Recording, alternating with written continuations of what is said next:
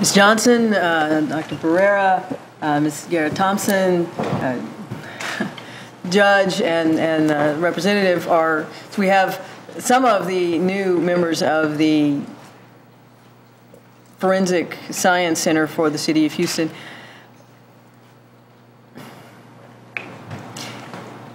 If solving the problems with the crime lab and our overall forensic activities were easy, it would have been done a long time ago. And in fact, it would have been done all across the United States. This is not a problem that is unique to the City of Houston. It's not a problem that can be solved only by the application of more dollars. It's not a problem that can be solved simply by creating this new independent body to guide the activities of our crime lab.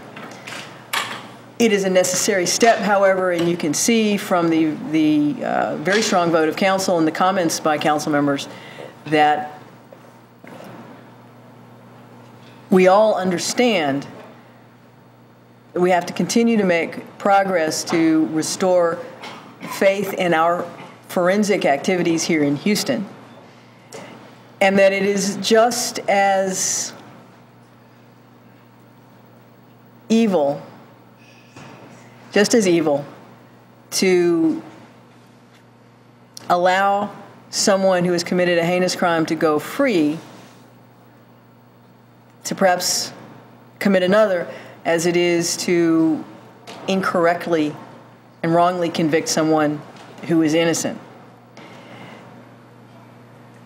We want a crime lab that is held to the highest standards of science, that is run effectively and efficiently, that is not swayed by politics, not swayed by the desires of police or prosecutors for a conviction and a resolution so they can move on to the next case. We want a crime lab that does great work, that people of this region can have faith in. As we began to put together the oversight board, we wanted to have those with law enforcement experience.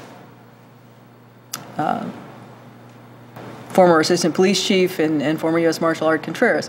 We wanted to have someone with some experience in the judiciary, Judge Blackman, in addition to his experience as an Air Force JAG and how in the use of evidence and procedure.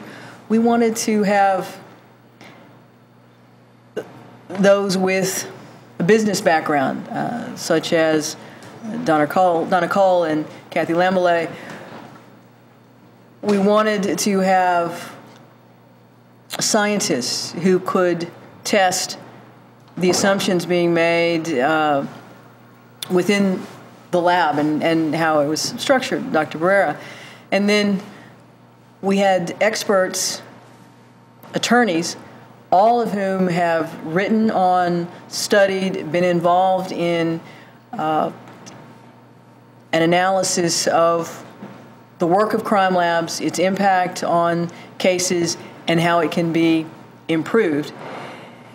And then because we are not operating in a vacuum, I wanted to have a chair who could reach out to other levels of government, who could continue the dialogue that we have already established with Harris County, our most logical partner moving forward, and who had the time, frankly, to help coordinate this moving forward. In addition to this oversight board, we expect them to engage a technical advisory board. And while we had to have enough expertise on this board to make sure they understood what do we not know, what is the true extent of the problems, their job is not to run the crime lab. Their job is to oversee the overall operations of the crime lab, to find the right leadership to run the day-to-day operations of the crime lab, and to tap into the best technical advice that's available.